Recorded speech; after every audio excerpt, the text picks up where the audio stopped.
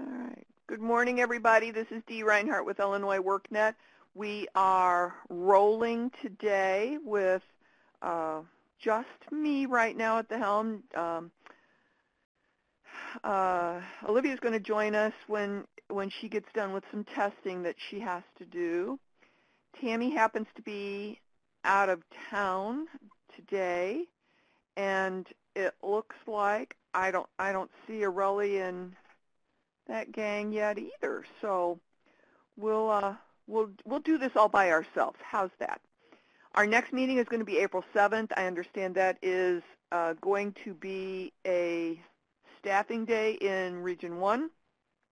So we might be short a couple of people that day, but we'll do it without them anyway. All right.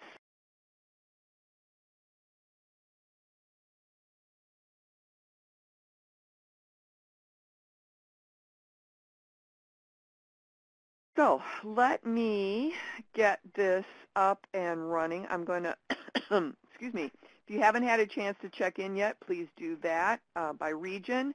We've got 26 people on the call and 22 people have checked in. So if you haven't yet had a moment to check in, please do that. If you have any questions about any of the topics that we need to discuss, you can do that by clicking the item in the pod below. We don't really have any new handouts today, although I am updating the CBO contact list, and that will be uploaded to the partner resource page as soon as I'm done with that. So let's start off and let's take a look at our dashboards and good things like that. Pulling my screen up. And can everybody see my screen okay? Please raise your hand if you can. I'll make it a little bit bigger just so that it's a little bit easier to see. All right, good. Good, good, good. All right.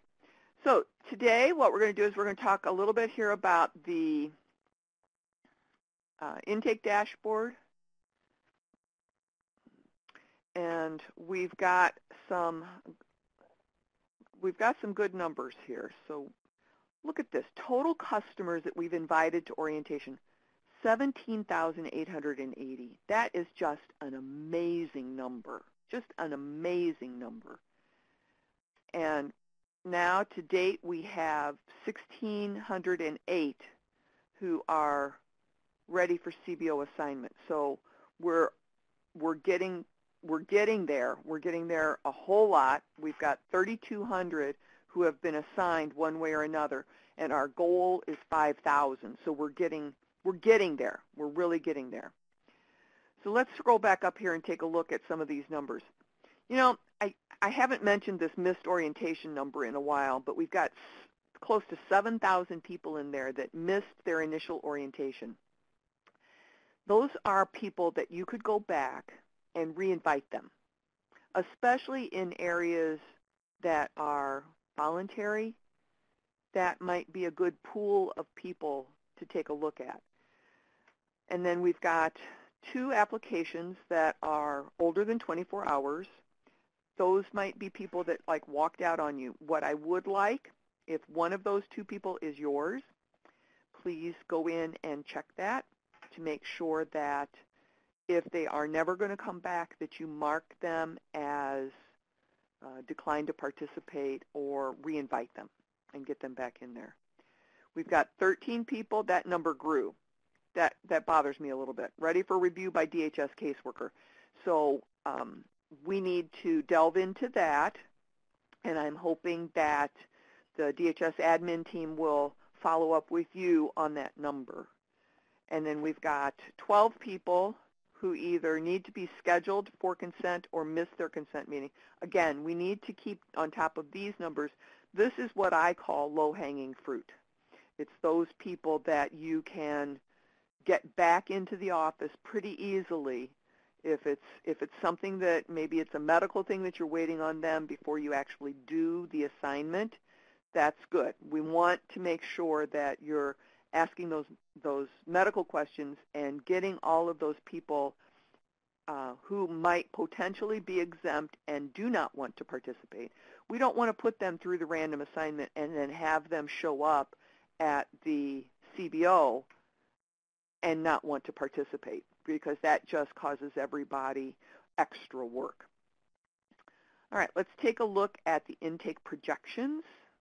I was looking at these numbers yesterday, and everybody seems to be doing really well, and the team that is working on the EPIC project for FNS, for Food and Nutrition Services, is really pleased with where we're going. We do know that it's been a year. It's been a year since we started assigning people, so congratulations on your stick-to-itiveness to everybody. It's been a year since we started assigning people, and we keep growing. So just looking at these numbers for March, our monthly target for March in Region 1 is 348. We've gotten 238 in, and we've still got a week left to go. So that's a good thing there.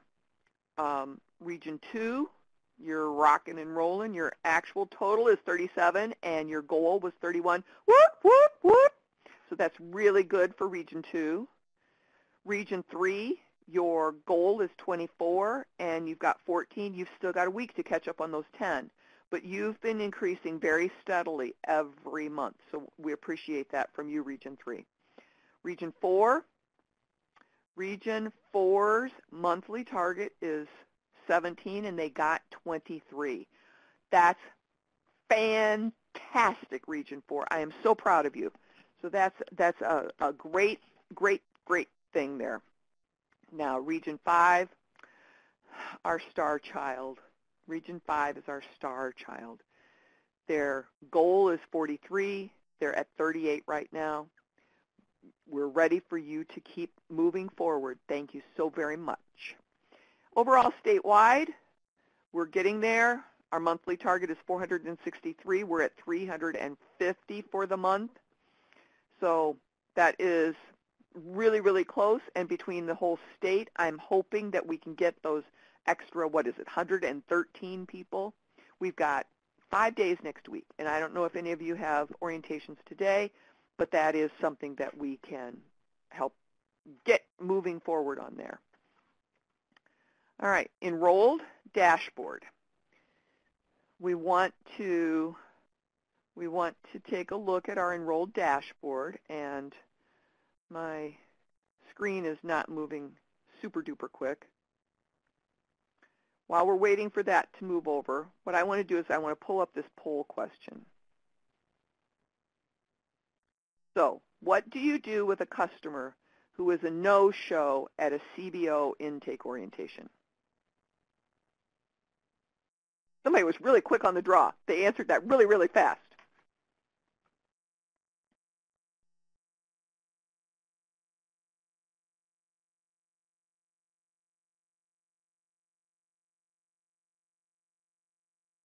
All right, I'm going to give it just a few more seconds. We've got 29 people on the call. I've got 15 answers.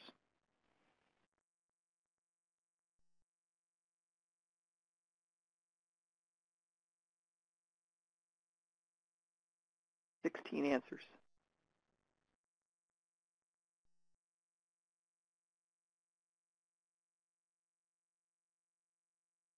All right, we got 21 answers, 30 people on the call.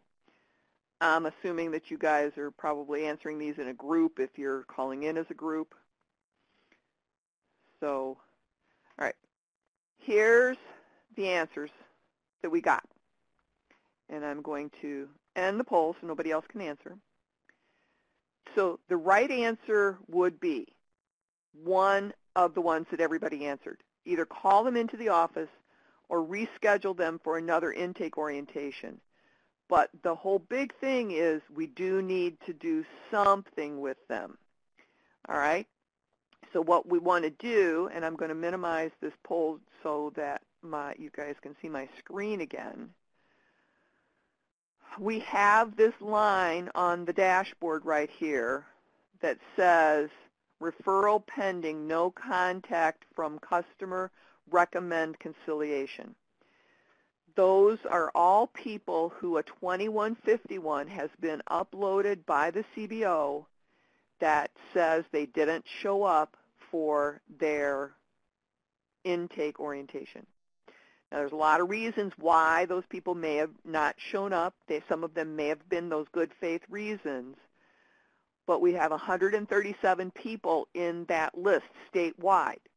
So please go into that list, and if they're your people, please either send them a 2151 to reschedule them or call them into the office and find out why they missed, because we should have all of those people rescheduled very quickly.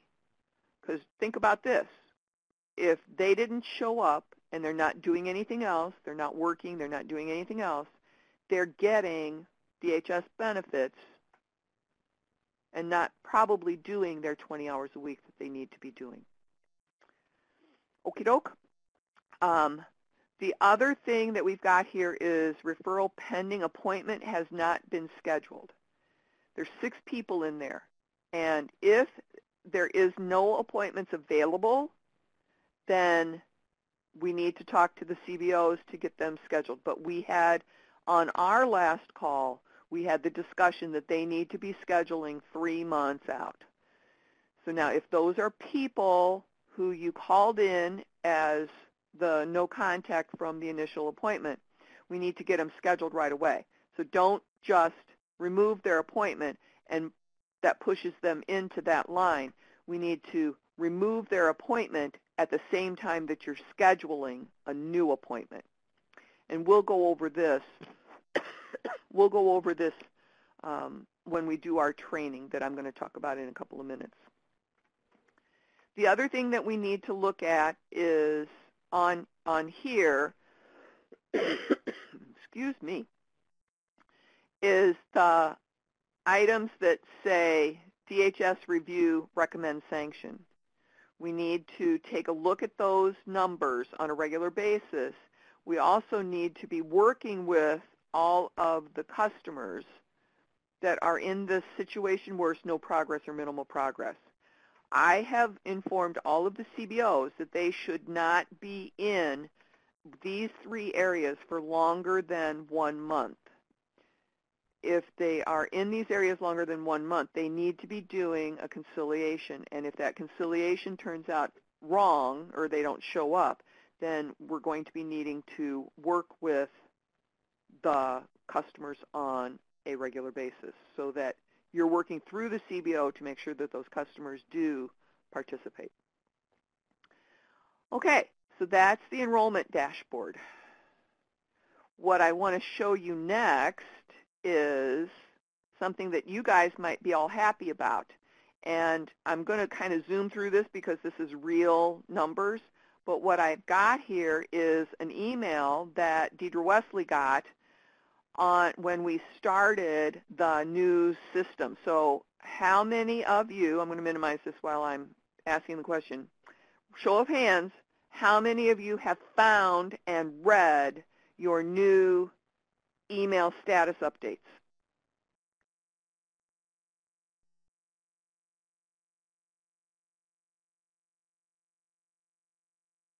Only a few of you, huh? Raise your hand with the little man at the top of the screen. The little man at the top of the screen, you know where he is. All right. All right, so now I'm going to clear those statuses.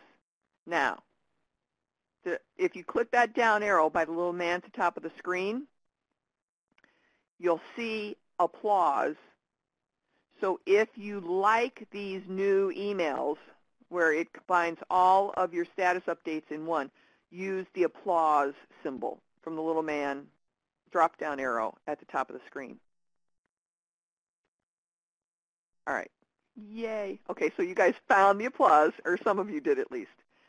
All right, so what's going on with this, and you need to check for these because what this is going to do is compile all of those status updates, all of the 2151 and all of the 2151As that were uploaded. It's going to incorporate all of the voicemails.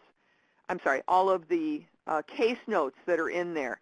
It's going to include everything that happens for those customers in one day. So you should get at a maximum 7, because I don't think you're going to get them on Saturday and Sunday, but you will get Monday, Tuesday, Wednesday, Thursday, Friday, and any activity that goes on for those particular customers. You can review this in one day.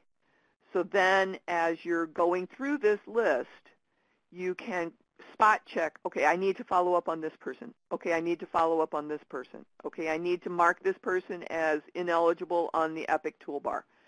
Okay, I need to call this person into the office.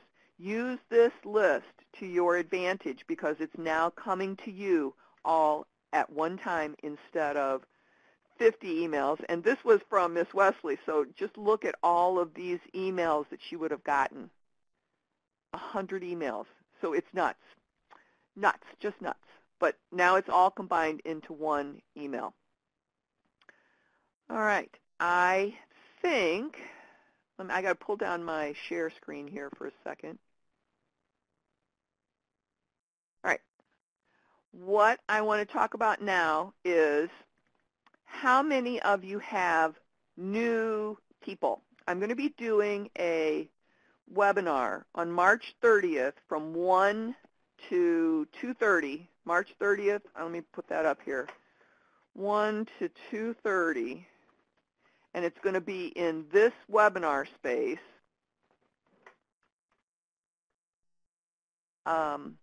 It's going to be in this webinar space, and you're going to dial into my conference call line. That means that all the mics will be open so that you can ask questions as we go. So if any of you have new people that need to learn a little bit more about how to use EPIC, you can join us or have them join us from their desk, and we will go through the entire how to schedule somebody, how to work them through the EPIC system. So if you know that you've got somebody that needs to go through that, you can let me know. We're doing it for Region 5 on purpose, but if there's anybody else that you know of that might need to attend, just send me their name, and I will watch for them in the webinar. And we'll try to answer all of their questions and go through the process from inviting to updating down the road. Okay, I don't see anybody typing, and I don't see any other questions that anybody seems to be asking right here. Our next webinar is going to be on April 7th. There's 33 people on the webinar, and only 26 have checked in. So if you have not already checked in, please do so. We like to keep track of who's on the calls, or let's put it this way, your bosses like to keep track of who's on the calls.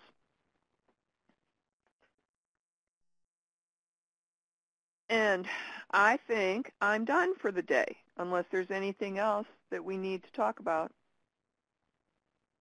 Oh, all right, so who has a question about invitation process?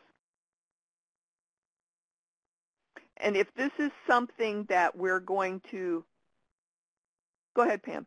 If this is something that we're going to talk about on the 30th, about the whole process, we'll cover all of it. And PM's typing.